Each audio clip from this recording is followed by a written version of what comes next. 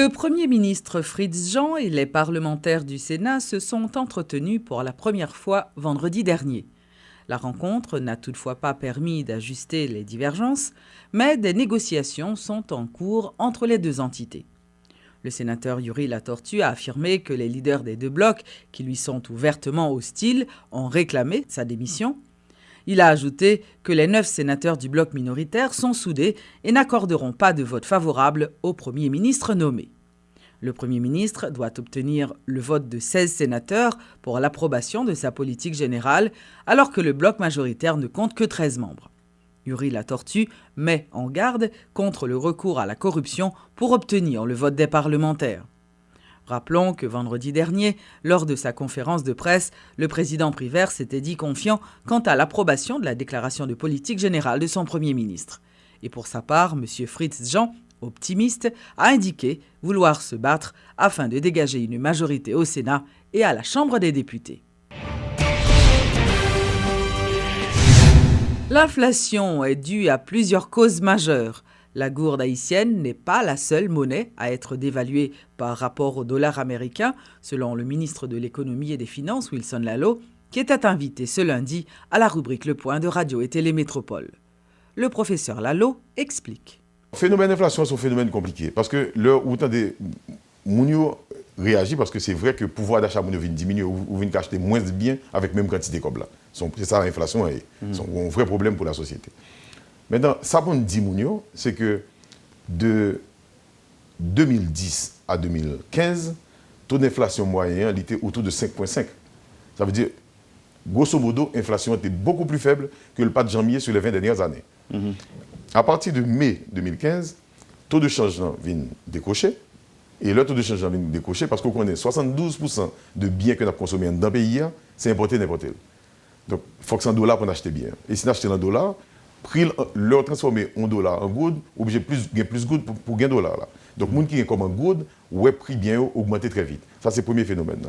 Deuxième bagage, c'est que nous connaissons Haïti fait 3e année de perturbation de ça, les dérèglements climatiques qui viennent faire que le paysan qu'on est la plupart tomber dans tel mois, la plupart qu'on a fait 6 mois, elle va tomber, et là, il tombe en pile, le paysan n'a pas tapé ni, et là, il tape ni, il va tomber. Donc ça vient faire que le cycle de production vient changer énormément, qui fait une grosse baisse de production agricole. Donc comme il y a moins bien, il vient faire prix bien augmenter. D'accord. Et puis troisième phénomène, et ça qui est souvent négligé par les gens qui a parlé de questions, c'est que le combat qui a passé là, la productivité économique américaine a amélioré de beaucoup. Les États-Unis, depuis 2 ans, ils ont pratiquement viennent à exporter gaz. Alors que c'est eux qui ont importé gaz. C'est un des plus gros consommateurs de gaz et plus gros importateurs de gaz dans le monde. Depuis 2 ans, les Américains ont exporté gaz. Ça vient faire qui ça? Ça vient faire que le dollar américain a renchéri. Comme si la valeur du dollar vient renforcer. Et ce n'est pas par rapport à la goutte haïtienne que le dollar américain vient renforcer seulement. L'on prend l'euro a perdu 10,3% de valeur depuis octobre. Et la livre sterling a perdu 5,7% de valeur depuis octobre. Le franc suisse, qu'on parlait de réal brésilien, on parlait de peso argentin. Pour le réal brésilien, c'est 30% que le perdu. Pour le peso argentin, c'est 35% que le perdu. Donc, et pour le dollar canadien, c'est 10,7% que le perdu. Donc, si vous voulez, c'est toute monnaie mondiale qui perd du valeur par rapport au dollar américain. Donc, toute bagage ça, il vient faire que, comme l'économie haïtienne attachée à dollar, et que nous ne pouvons pas arriver à un point côté économie exporter suffisamment pour nous dollariser l'économie. Parce qu'en Haïti, nous-mêmes, nous avons un comportement un peu extraverti. C'est un pays qui a consommé en dollars et puis qui a travaillé en gourde. Donc, il posait des problèmes très sérieux pour nous. Parce que pour un oui et non, regardez, il y a une bande de base que nous avons fait dans le pays, et puis c'est à l'étranger nous fait. Combien de gens qui sont dans le pays qui passent le week-end dans le pays? Les gens qui sont dans le pays vraiment pas vivre dans le pays. Petit, ils ne sont pas éduqués dans le pays. Si ils sont malades, ils ne sont pas soignés dans le pays. Donc, obligé de gagner des commandes goûts pour transformer dans le dollar chaque fois pour aller dépenser à l'étranger. Donc, mode de vie, nous, sont barres qui ont une influence qui est déterminante sur l'évolution de taux de change. En Haïti, on nous dit que c'est parce qu'il y a un déficit ou bien dépense l'État. C'est ça qui fait il y a toujours à incriminer l'État haïtien comme si c'est lui responsable de ça. On a dit que l'État haïtien, c'est-à-dire de 2013, en 2013, l'État a dépensé 34% de toute richesse qui est dans le pays, qui produit son année. Année, ça, l'État a dépensé 22% là-dedans. Ça veut dire que dépense l'État en termes de ratio sous PIB, il diminuait de 12 points de pourcentage. C'est beaucoup. C'est beaucoup pour un pays. Au contraire, c'est augmenter, augmenter, puis ouais, c'est diminuer. La société après les mal, eh bien, l'économie après aller mal.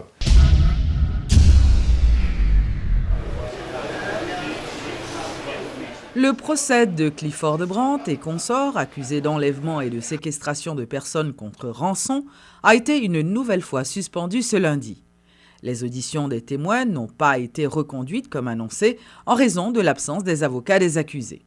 Rappelons que vendredi dernier, les défenseurs de Clifford de Brandt avaient demandé au juge Jean-Wilner Morin de se déporter du dossier, une requête qui avait été rejetée.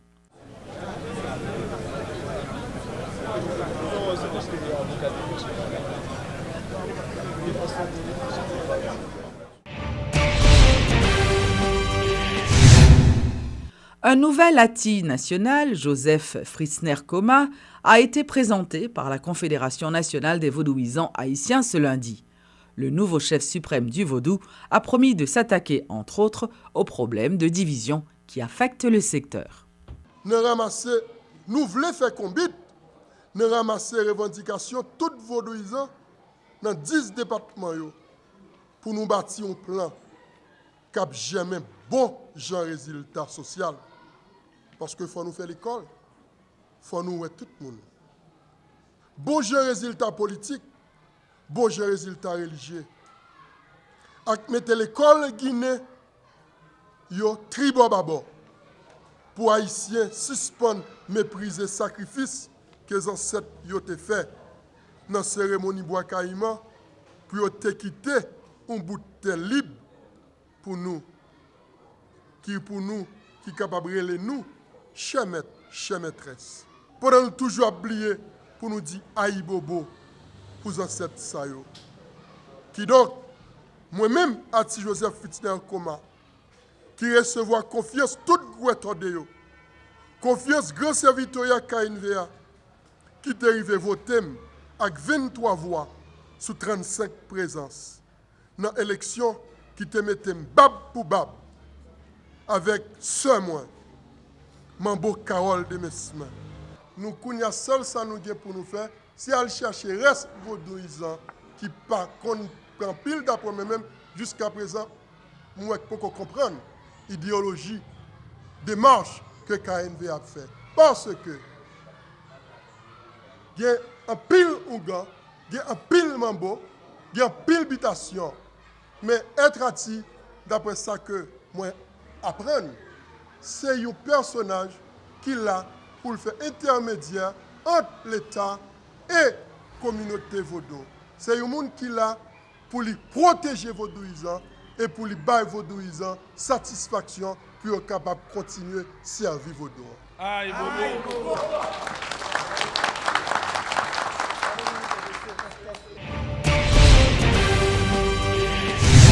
La Fédération haïtienne de football et la compagnie Canal+ Haïti ont lancé officiellement ce lundi le projet Retransmission du championnat national de première division masculine Canal+.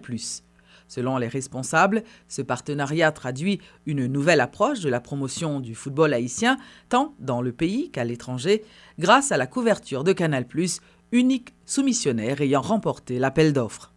Nous disons que c'est un pas de géant pour nos joueurs d'abord, qui vont être plus visibles, autant que l'on connaissait par cœur tous les garçons qui évoluaient dans notre compétition nationale. Autant en ce moment, on connaît la mère de Messi, sa marraine, son frère, mais on ne connaît pas grand-chose des footballeurs haïtiens. Et c'est un handicap majeur pour nous dans notre obsession à étendre notre football au niveau de la planète, à permettre aux joueurs haïtiens qui sont talentueux et qui le prouvent d'ailleurs chaque jour, particulièrement ces dernières années, de pouvoir être connus, de pouvoir vivre de leur talent, de pouvoir signer des contrats intéressants en étant finalement connus et dont le talent sera apprécié à travers le monde.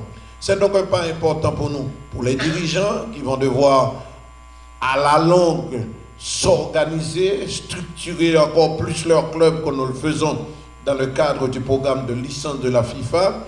C'est la possibilité pour eux, pourquoi pas, de pouvoir toucher leurs compatriotes, leurs fans de l'extérieur comme de l'intérieur du pays et d'avoir des clubs non pas régionaux ou des clubs citadins, mais des clubs véritablement nationaux ou internationaux grâce à cette richesse dont Haïti dispose et qui constitue notre principal atout.